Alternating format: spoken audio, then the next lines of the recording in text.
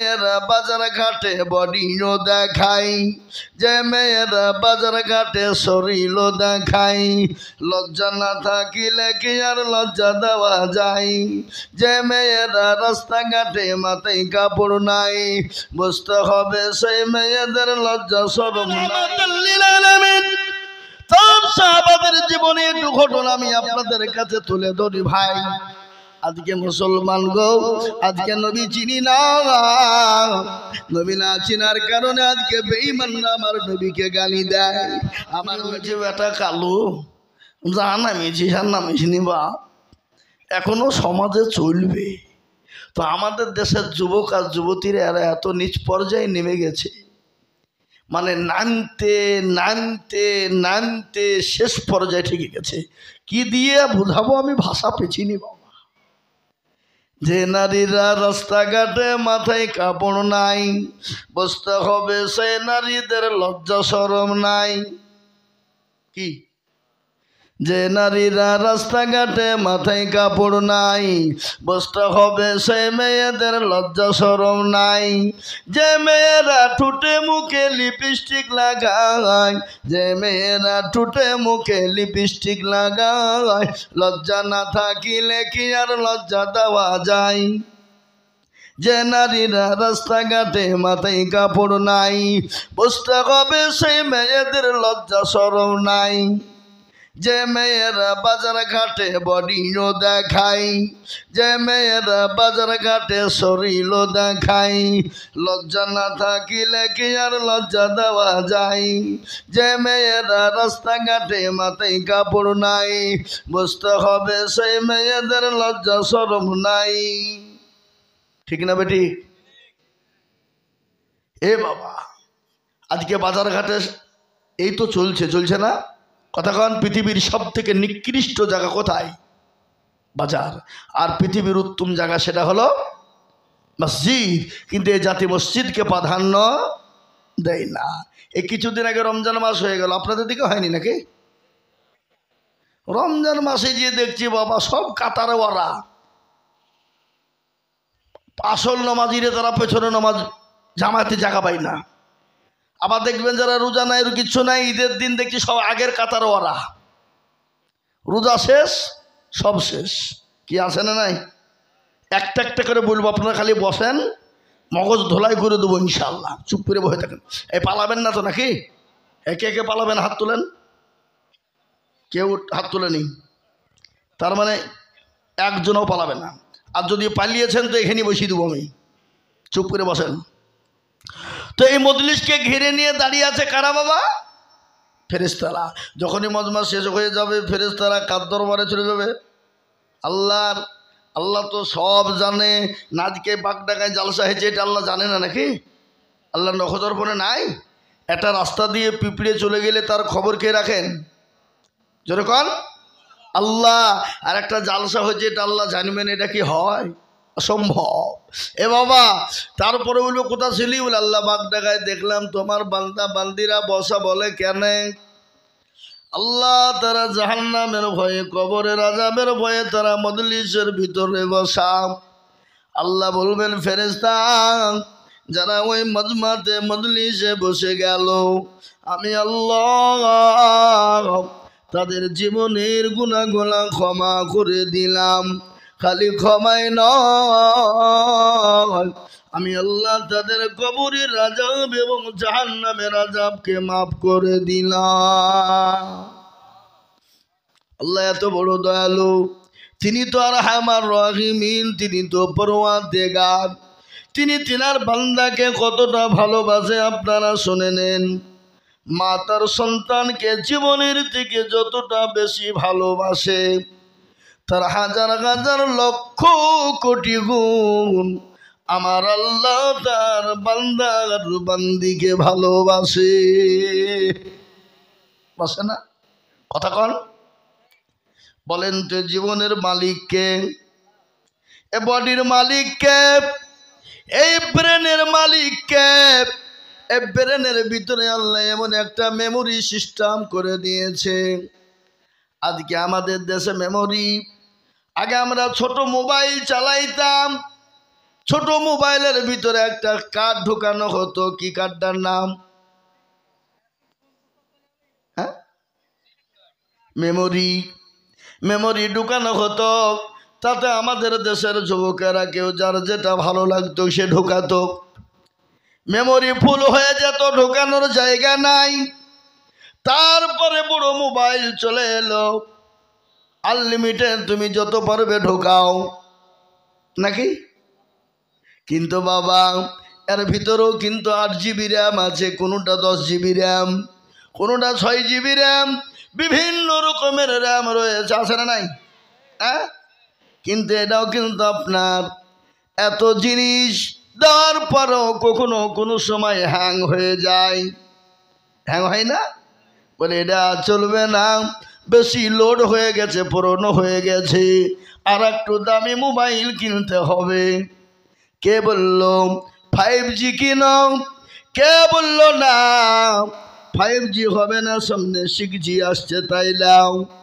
বিভিন্ন রকমের কায়দা কৌশল দিয়ে মোবাইল কিনে, কিন্তু শুনুন, 6G কিনুন আর 7G কিনুন, 5G কিনুন, কিন্তু মেমোরি যতটুকু আপনার নেওয়ার ততটুকুই নিবে, বেশি দিলে কিন্তু হ্যাং হয়ে যাবে।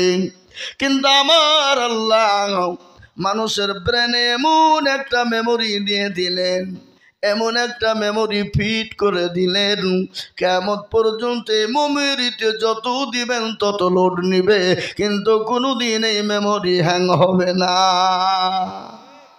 ঠিক না বলুন? এ ব্রেন দিলেন কে? এ বিবেক দিয়েছেন কে? আল্লাহ রাব্বুল আলামিন।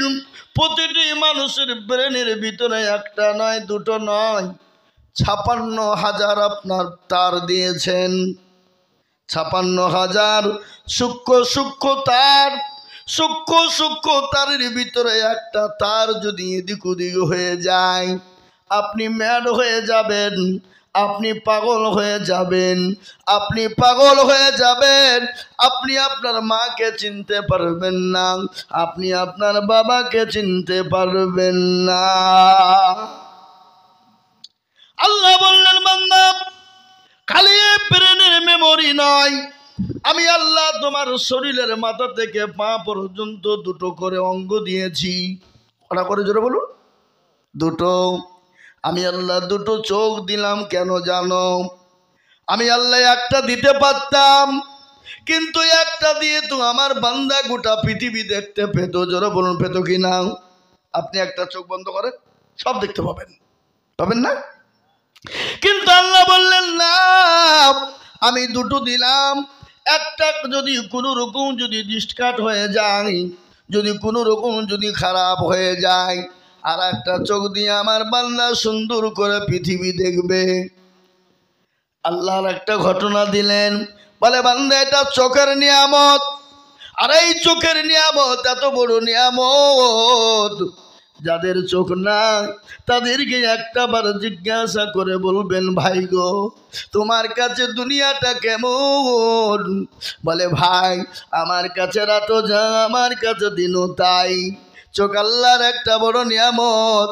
আপনাকে যদি বলা হয় আপনাকে 1 কোটি টাকা দিব, আপনার চোখ দুটো আমাকে দেবেন, বলে, টাকা দিয়ে তুই খাগা, আমি তোকে কেন চোখ দিতে যাব? দিবে নাকি গো? দিবে না। আল্লাহর একটা শুনে নেন, তার একটা জিনিস আপনাকে দিলেন, যেটা হলো শরীরের সব থেকে মূল্যবান সম্পদ, যেটা হলো শরীরের সব থেকে বড় মূল্যবান সম্পদ। সে সম্পদের নাম হলো দুটো কিডনি। যারা বলুন, কি ঠিক না বেঠিক? মানুষের হাত যদি আপনার দুর্বল হয়ে যায়, হার্ট অ্যাটাক হয়ে যায়, কিছুদিন তাকে বাঁচানো যাবে।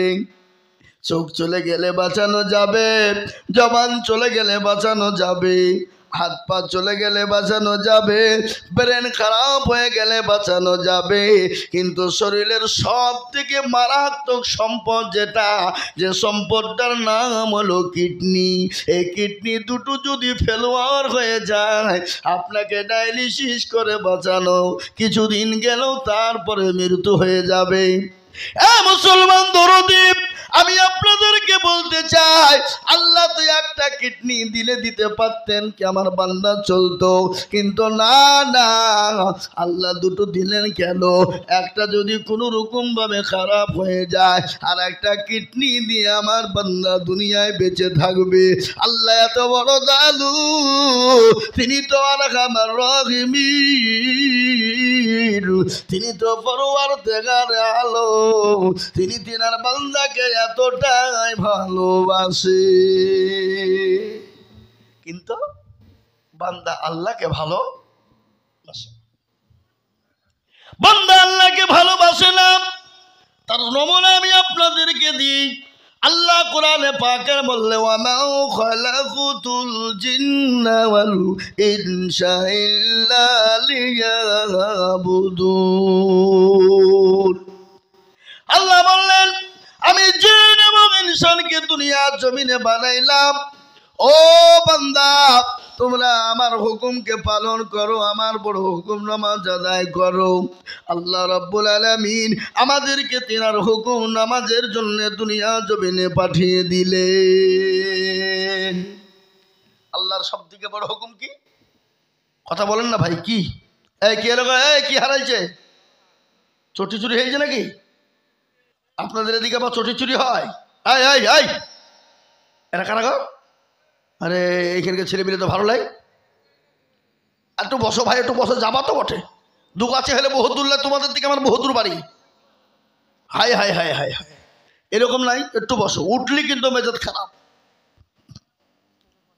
ভাইরা আমার ভালো করে শুনবেন, আল্লাহর সব থেকে বড় হুকুম হলো নামাজ।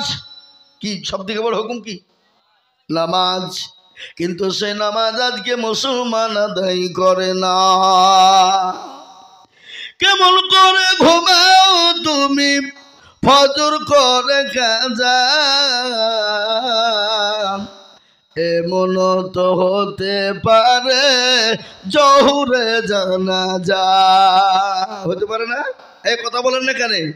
কেমন করে ঘুমাও তুমি, ফজর করে কাজা, হতে পারে জহুরে জানাজা। মুসলিম হয় না জন্ম নিলে মুসলমানের ঘরে, কাফের মুমিন পার্থক্য হয় নামাজের হালতে। কাফের সঙ্গে মুমিনের পার্থক্য কি? নামাজ। নামাজ। এ মুসলমান দরদি, আল্লাহ ওয়ালা কান করে শুনবেন, আল্লাহ রাব্বুল আলামিনের বড় হুকুম হলো নামাজ। ও মুসলমান নামাজ পড়ে না, ও মুসলমান আল্লাহ চিনে না, ওই মুসলমান নবী চিনে না, এই জন্য আজকে মুসলমানদের বড় দুরুদি। সব থেকে আজকে মুসলমান নামাজ পড়ে? কথা বলেন। 98% মুসলমান নামাজ পড়ে না। ক% পড়ে? 2%। না আপনারা হিসাব জানেন না নাকি?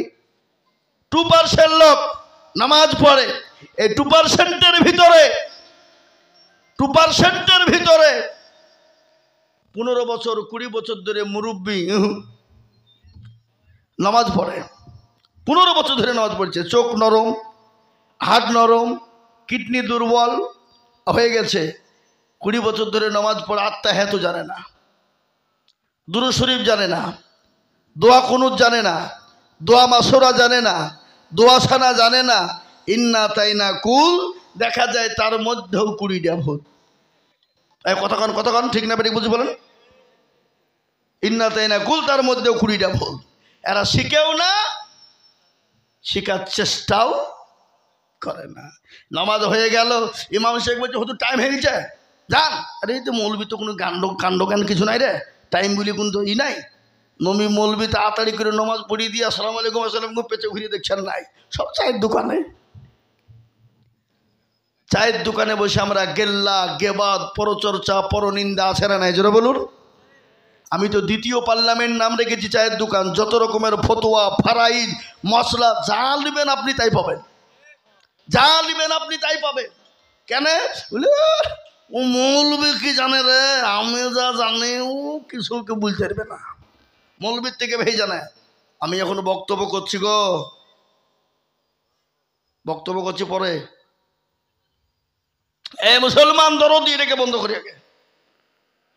ভাইরা আমার দরদি মুসলমান আল্লাহ ওয়ালারা, আজকে আমাদের ভিতরে আর কোরআন শিখো না। ইমাম সাহেবের কাছে কোনোদিন বললো না জগৎ, ইমাম সাহেব আপনি তো আমাদের ইমাম, একটু বসেন না, আমাদেরকে একটু কোরআনটা ঠিক করে দেন, সূরাটা ঠিক করে দেন, আত্মাহাত দুরূদ শরীফ দোয়া কুনুতটা ঠিক করে দেন। জীবনেও বলে না। বলে কেন বলে না?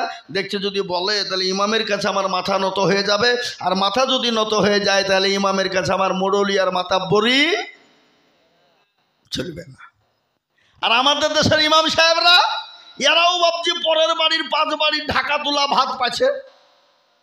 এরাও কিন্তু কোনো মুসল্লিকে বলে না চাচা আসেন একটু বসেন, নমাজটা ঠিক করে দিই, সূরা গেলা ঠিক করে দিই, কোরআন গেলা একটু ঠিক করি, সংশোধন করে দিই। জীবনেও বলে না। বলে কেন বলে না? কারণ আছে, ইমাম বলছে তোদের ভাগ্য ভালো, অজু করিয়ে নামাজ পড়ায়। বেশি কায়দা করলে বিনা অজুতে নামাজ চালিয়ে দিব, শালা তোদের নামাজ হইলি বাকি না হইলি বাকি। বিনা অজুতে 5,000 টাকা পেত।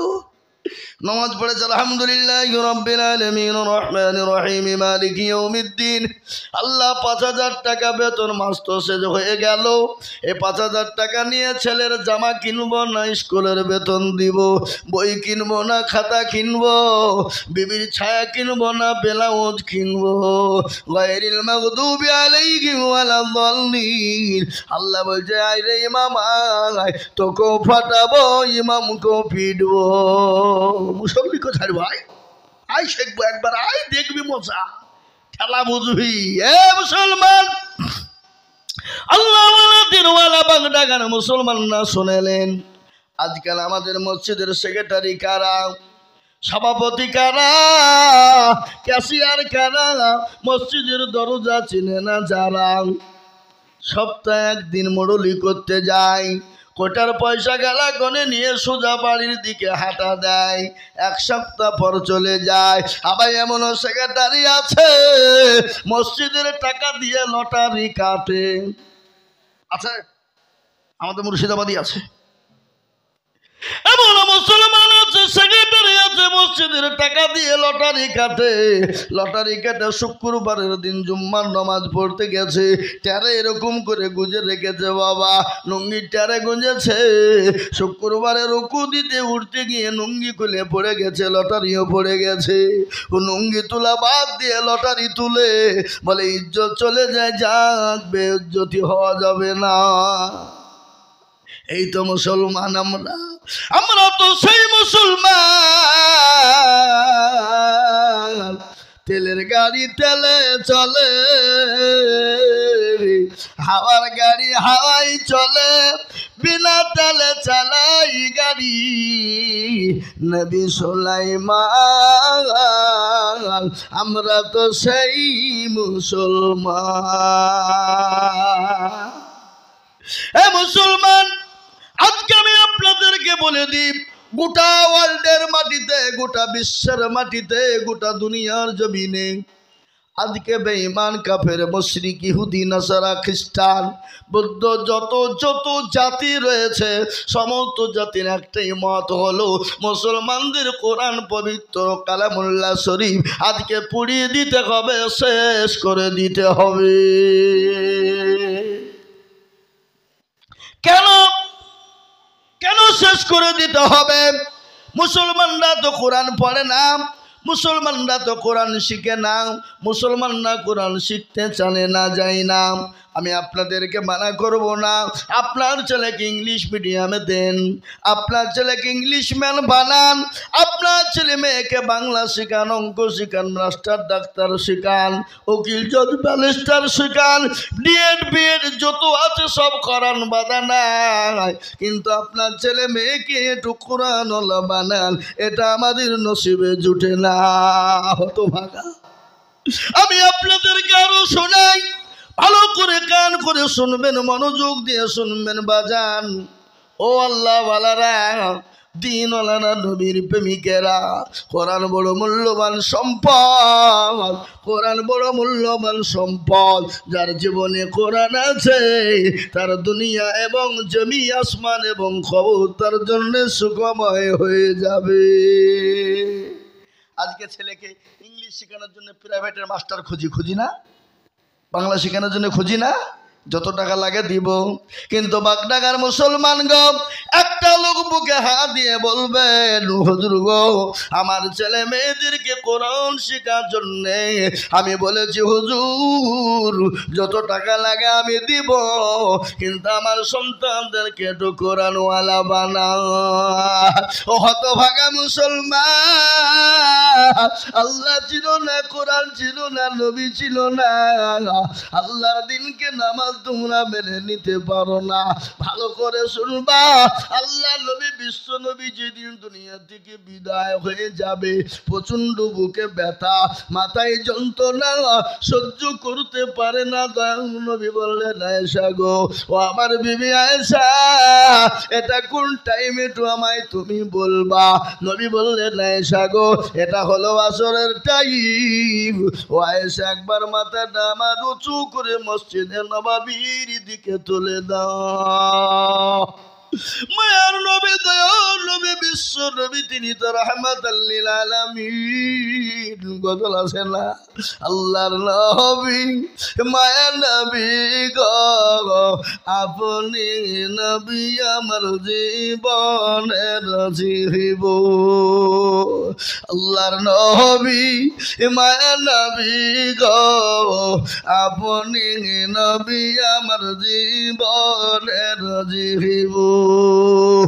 আপনি আমার জীবন সাথী, অন্ধকার কবরের বাতি, আপনি হইলেন গুনাহগার উম্মতের আপনজন। আল্লাহর নবী মায়ার নবী গো আপনি নবী আমার জীবনের জীবন। রহমাতাল লিল আলামিন আপনি উম্মতের জামিল, আপনি হইলেন গুনাহগার উম্মতের আপনজন। আল্লাহর নবী মায়ার নবী গো আপনি নবী আমার জীবনের জীবন। দেখিয়া আপনার মজেজা ভাগ্যবতী হইলেন খাদিজা, দেখিয়া আপনার মজেজা ভাগ্যবতী হইলেন খাদিজা, সোপা দিলেন জীবন যৌবন। মাল দৌলত যা ছিল আপনার চরণে সোপা দিল, আপনাকে বানাইল আপনজন। আল্লাহ নবী মায়ার নবী গো আপনি আমার জীবনের জীবন। মুসলমান হযরত খাদিজা আল্লাহ নবীকে কতটা ভালোবেসেছিলেন, সাহাবারা কতটা ভালোবেসেছিলেন। হাদিসের মধ্যে নবী বললেন আল্লাহ আল্লাহ লা ইউমিনু আহাদুকুম হাত্তা ইয়াকুনা হাব্বা ইলাইহি মিন ওয়ালিদিহি ওয়া ওয়ালাদিহি ওয়ান নাসি আজমাইন। আল্লাহর কসম করে বললেন, আল্লাহর কসম করে বললেন আল্লাহি বিল্লাহি তাল্লাহি, আল্লাহর কসম করে বলা হলো ততক্ষণ পর্যন্ত ওই ব্যক্তি মুমিন হবে না, ওই ব্যক্তি মুসলমান হবে না, ওই ব্যক্তি আল্লাহওয়ালা হবে না, ওই ব্যক্তি দিনদার বানবে না, যতক্ষণ পর্যন্ত নিজের জীবনের থেকে সন্তান আদি সম্পদের থেকে আল্লাহ তার রাসূলকে বেশি না ভালোবাসবে,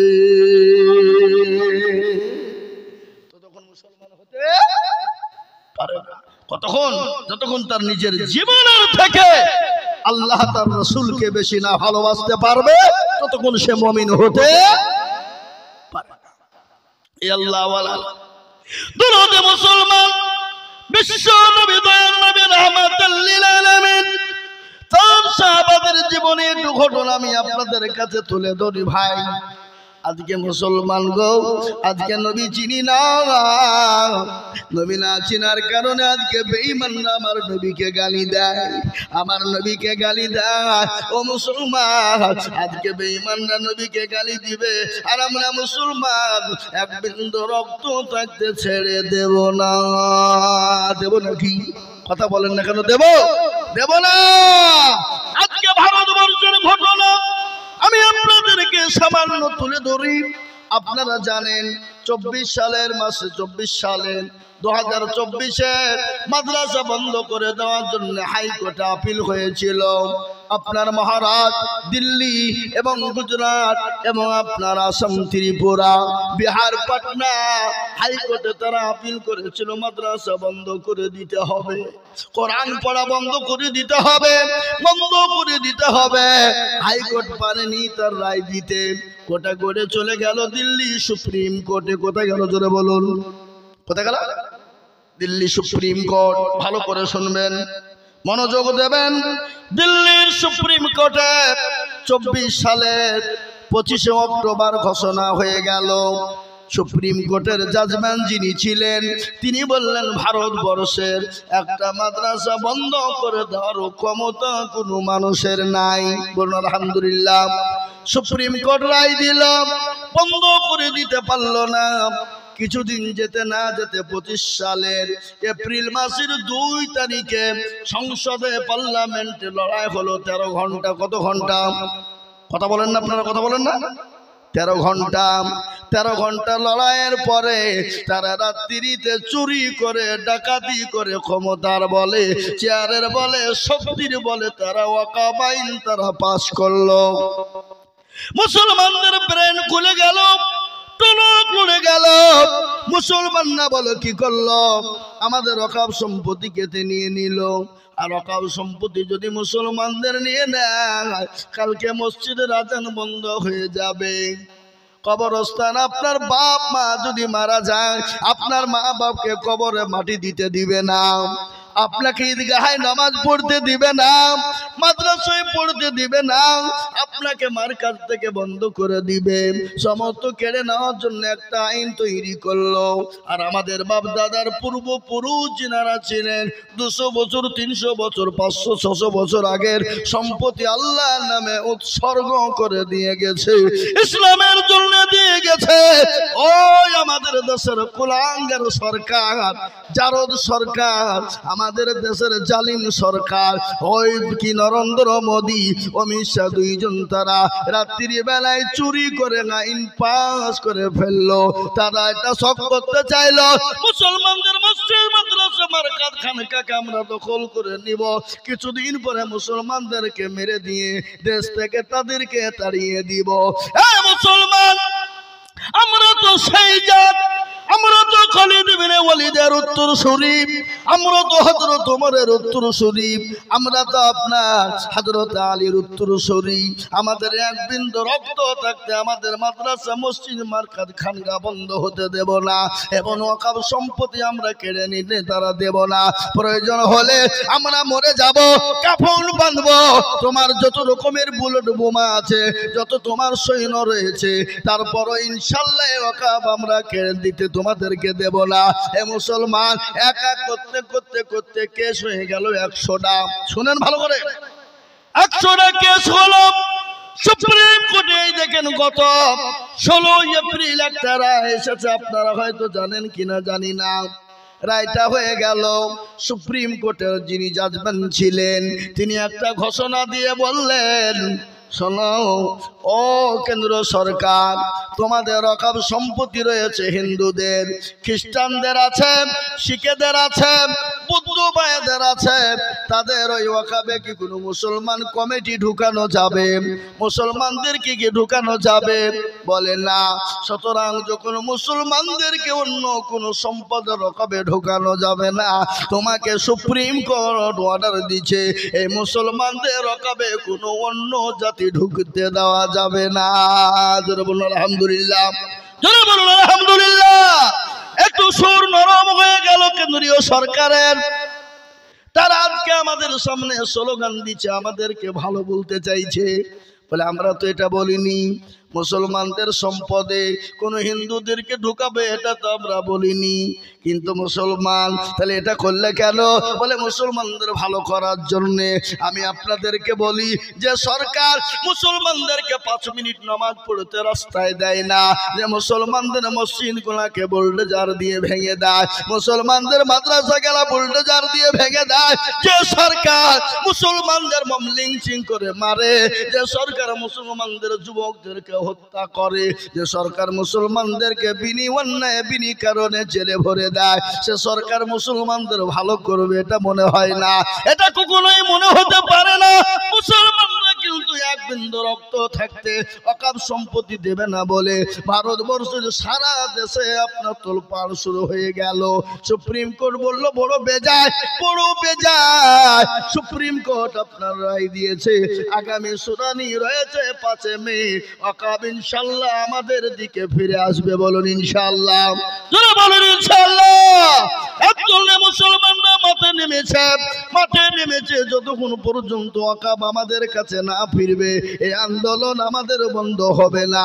তাই তো আগামী 26শে এপ্রিল কলকাতা ব্রিগেড ময়দানে ডাক দিয়েছে মুসলিম পার্সোনাল ল বোর্ড, ডাক দিয়েছে। সেই দিন লক্ষ লক্ষ লক্ষ লক্ষ মানুষের জমায়েত হবে। আজ আমি আপনাদেরকে বলতে চাই বন্ধু, ও বাংলার মুসলমানেরা, আপনার ঈদগাহ, আপনার গোরস্থান, আপনার বাপ যদি মারা যায় আপনি গোরস্থানে মাটি দিতে পারবেন না। কেন পারবেন না? আপনাকে আইন কোর্ট পাস করতে হবে। দমকল থানা থেকে আপনার বহরমপুর কোর্টে যাবে, বহরমপুর থেকে হাইকোর্ট যাবে, হাইকোর্ট থেকে দিল্লি সুপ্রিম কোর্ট যদি আপনাকে পাস দেয় আপনি আপনার বাপকে মাটি দিতে পারবেন, নচেত আপনার বাপকে মাটি দিতে পারবেন না। তাই আজকে আমাদের দেশের কেন্দ্রীয় সরকার, ওই জুলুমবাদী সরকার আজকে মুসলমানদের অকাপ সম্পত্তি কেড়ে নিতে চায়, কিন্তু মুসলমানদের আসল চেহারা কিন্তু তিনি দেখেননি। মুসলমানদের কাছে লাঠি নাই, মুসলমানদের কাছে বোমা নাই, মুসলমানদের কাছে আপনার কি নাই, মুসলমানদের কাছে পরমাণু নাই, মুসলমানদের কাছে প্রশাসন নাই। মুসলমানদের পাশে একজন আছেন, তিনি হলেন কে? একটু চিল্লিয়ে বলা যাবে না, জোরে বলুন না কে তিনি? তিনি হলেন আল্লাহ।